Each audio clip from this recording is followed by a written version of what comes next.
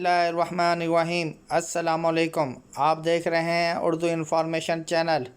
آج کا ہمارا ٹاپک ہے گرگد کے درخت کی حقیقت، لیکن یہ جاننے سے پہلے آپ ہمارا چینل سبسکرائب کر لیجئے اور بیل آئیکن کے بٹن کو بھی پریس کر دیجئے۔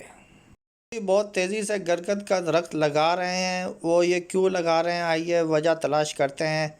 یہودیوں کا ماننا ہے کہ گرگد کا درخت ہی ان کو بچائے گا، کیونکہ جب مسلمان ان پر حملہ کریں گے، تمام یہودیوں کو ماریں گے تو تمام چیزیں بتائیں گی سوائے گرگد کے درخت کے۔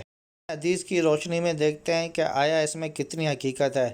ابن ماجہ کی حدیث ہے، جب حضرت عیسیٰ علیہ السلام دجال کو قتل کر دیں گے، پھر اللہ تعالیٰ یہودیوں کو شکست دے گا، اور یہودی اللہ تعالیٰ کی مخلوق میں سے جس چیز کی بھی آڑ میں چھپے گا، خواہ وہ درخت ہو یا پتھر، دیوار ہو یا جانور، اس چیز کو اللہ تعالیٰ بولنے کی طاقت دے گا، اور ہر چیز کہے گی، اے اللہ کے مسلمان بندے، یہ یہودی میرے پیچھے چھپا ہوا ہے، اسے آ کر قتل کر دے، سوائے ایک درخت کے جس کو گرگد کا درخت کہتے ہیں، اور یہ یہودیوں کے درخت میں سے ایک درخت ہے۔